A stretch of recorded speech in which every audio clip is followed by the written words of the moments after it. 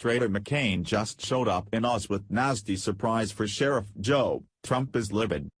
Democrats and a few Rhino Republicans are already condemning President Donald Trump's decision on Friday evening to pardon former Arizona Sheriff Joe Arpaio.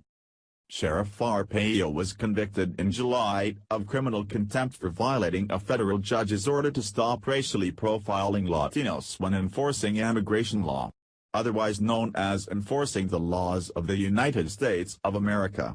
85-year-old Joe Arpaio, whose tactics have been widely condemned by illegal immigrant rights groups, was set to be sentenced in October to up to 6 months in jail.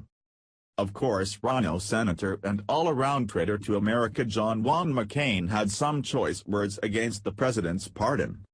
He said that no one should be above the law and that individuals entrusted with the privilege of being sworn law officers should always seek to be beyond reproach in their commitment to fairly enforcing the laws they swore to uphold.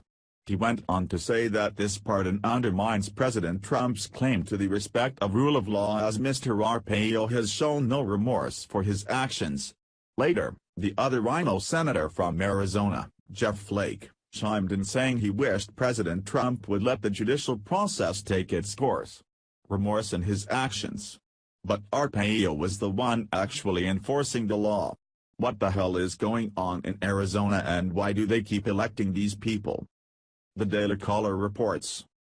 Exclusive: Soros, Clinton linked tenure among donors to McCain Institute. Arizona Republican Senator John McCain in 2012 turned over nearly $9 million in unspent funds from his failed 2008 presidential campaign to a new foundation bearing his name, the McCain Institute for International Leadership.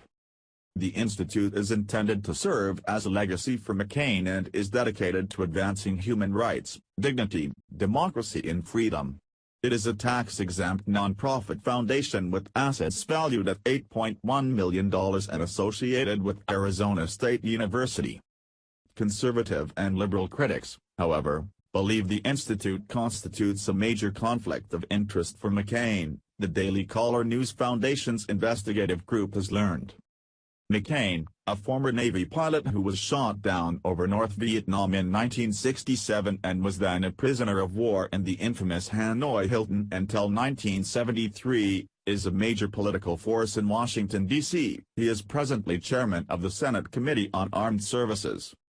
Critics worry that the institute's donors and McCain's personal leadership in the organization's exclusive Sedona Forum bear an uncanny resemblance to the glitzy Clinton Global Initiative (CGI), that annually commingled special interests and powerful political players in alleged pay-to-play schemes.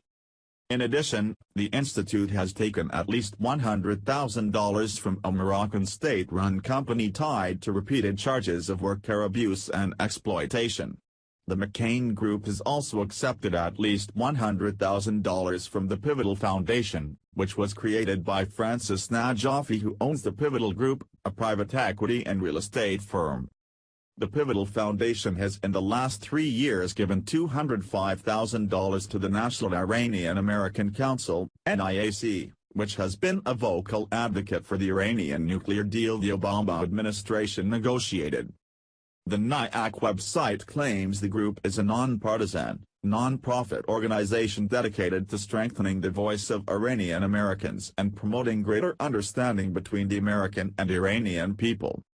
But NIAC President Rita Parsi has long been an advocate for Iran, including demanding in May 2017 that President Donald Trump and officials in his administration cease questioning the integrity of a nuclear deal. The NIAC is Iran's lobbyists in Washington, charged Saleh, the Washington representative of the Democratic Party of Iranian Kurdistan. People inside of Iran know them as their lobbyists in Washington, D.C., Saleh told the DCNF. The NIAC does not file as a foreign agent under the Foreign Agents Registration Act, nor does it register as a lobbyist with Congress. Yet in May 2013, Parsi spoke to a packed Capitol Hill meeting sponsored by Minnesota Democratic Representative Keith Ellison to argue in favor of the nuclear deal. Ellison was the first Muslim elected to Congress and is also deputy chairman of the Democratic National Committee. So basically what McCain is trying to say is that no one is above the law except those who don't respect our nation's sovereignty by coming into our country illegally. His boss, George Soros, must be so damn proud of him for saying this. Jeff Flake is up for re-election in 2018 and is currently in a tight primary race against President Trump-endorsed Dr. Kelly Ward, who is a true American patriot and unapologetic